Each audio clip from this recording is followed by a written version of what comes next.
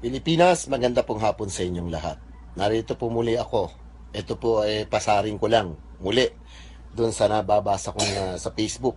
According to these two people, si Dilima, nababatuhan ng tayo sa bahay, nakakapanaginip siya ng mga bangkay, na naglalakad siya atang patay, whatever, so and so forth. At itong Trillanes, gumagapang, naghahanap ng panibagong witness, na mas matino-tino ng konti siguro kay Motabato. At syempre, hindi titigil yung mga yan. Ano ang dapat nating isipin sa mga bagay na to? Ito lang po ang mapapayo ko dyan. Nagsasalita ako not because of me. Okay? Nagsasalita ako because I am a Juan de la Cruz. I am a Pilipino. Ha? Kahit kailan hindi ako sumama sa mga rally, hindi ako sumama sa mga riot, hindi ko trip yung mga ganyan. Simulat sa pulang gabi ako, ay ng bata ako, hindi pa ako sumama sa mga ganyan. Ang aking masasabi, itong edad ko kasi 54 anyos na ako. I'm 54 years old. Okay? 54 years old na ako. So, sa 54 years old ko, Marcos na. Nakita ko lahat yun. Nakita ko. Maayos ako eh. Maayos naman eh. Time na yon, maayos eh. Wala akong nakikita. Yung martial law, naramdaman ko yun. Kung gaano kabigat yun. At umikot ako sa buong Pilipinas, maraming naapektuhan. Yes, because why? Para hindi maapektuhan sa mga tao na yun eh. Dahil siyempre, hinuhuli nga yung mga taong katulad na nagaganap ngayon eh. O ano ba nagaganap ngayon? Eh ngayon, iba, drama na ang nangyayari. Anong drama? Papares niyan. Magkukunwari talaga si Dilima sa kanya mga hinaharap na kaso about the drugs. Ha? Pipilitin niya talaga na wala siya talagang alam. Kaya lang siya dinakasuhan ng drugs because kinakasuhan niya si Duterte ng EJK. Na mapapansin mo, itong EJK na to, niisip ko meron tong kinalaman si Dilima rito eh. May kinalaman tong mga tao na tong grupo na to eh. Kasi katakataka eh. Hindi, ang alam ko hindi pa masyado pumapasok hindi pa umupo si Duterte. Nagkakaroon na ng patayan eh. Kasi nagkaroon sila ng idea at that time nung mayor pa si Digong, na may mga ganong bijilanting lumabas sa Davao. So inisip ko na yun ang naging idea nila, palagay ko eh.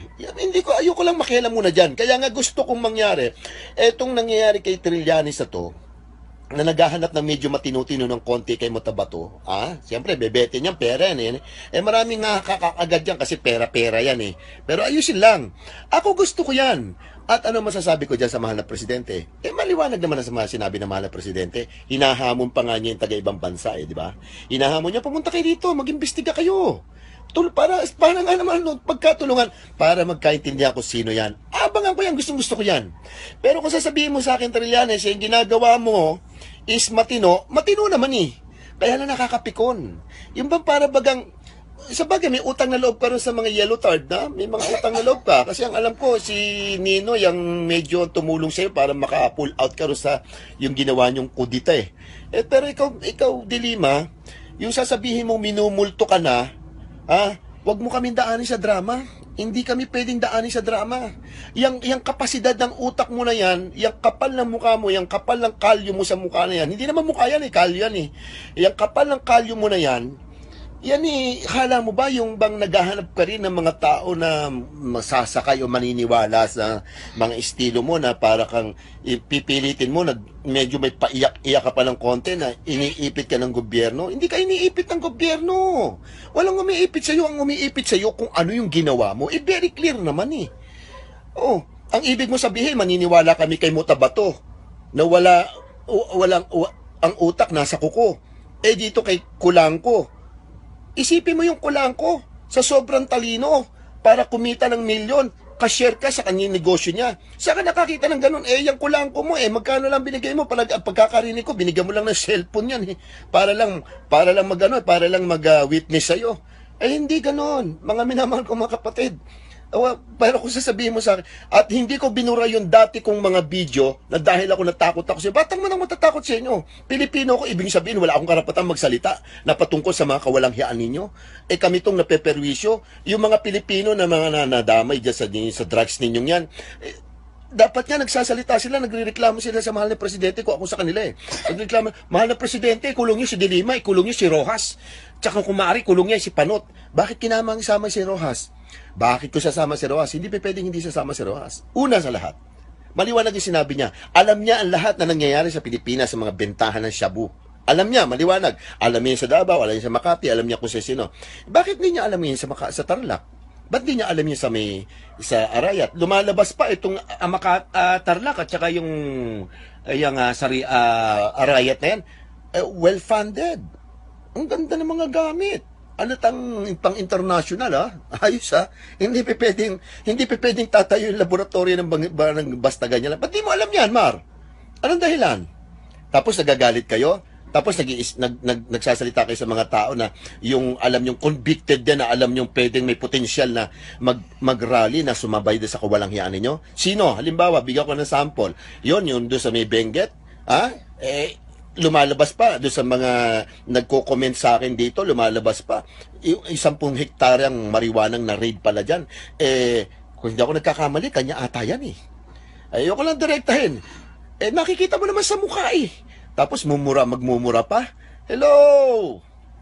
Huwag kayong ganun. Walang ganyan. Sa bagay, karapatan niya kasi hanap buhay niyan sino ba naman ang gagawa ng matino?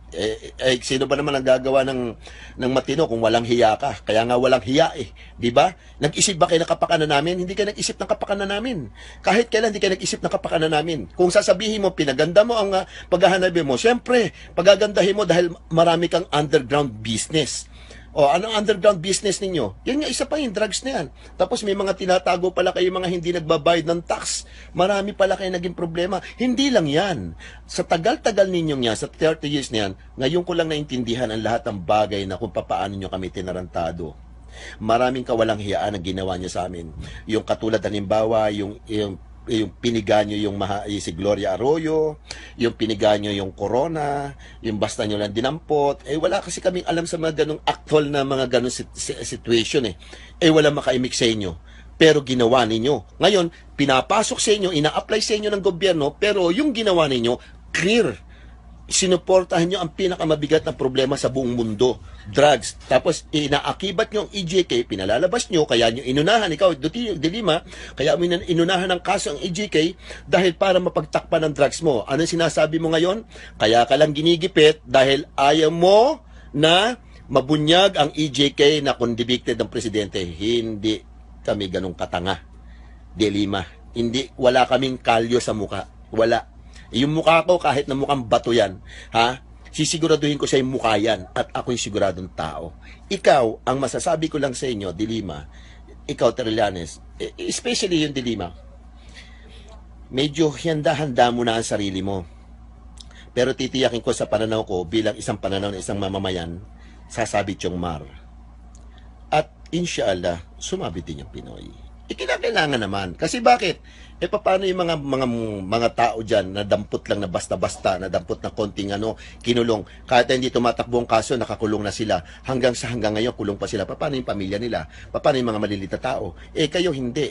Protekta ninyo, sinuportahan ninyo. So, ibig sabihin, okay ang DOJ, okay ang DILG, okay ang presidente, so magbenta kayo ng shabu. Bakit kayo nang huli? Paano ngayon yung mga nahuli ninyo? So ngayon, nalulung lang sila ngayon sa drugs. Paano ngayon sila? Paano natin gagamutin yan?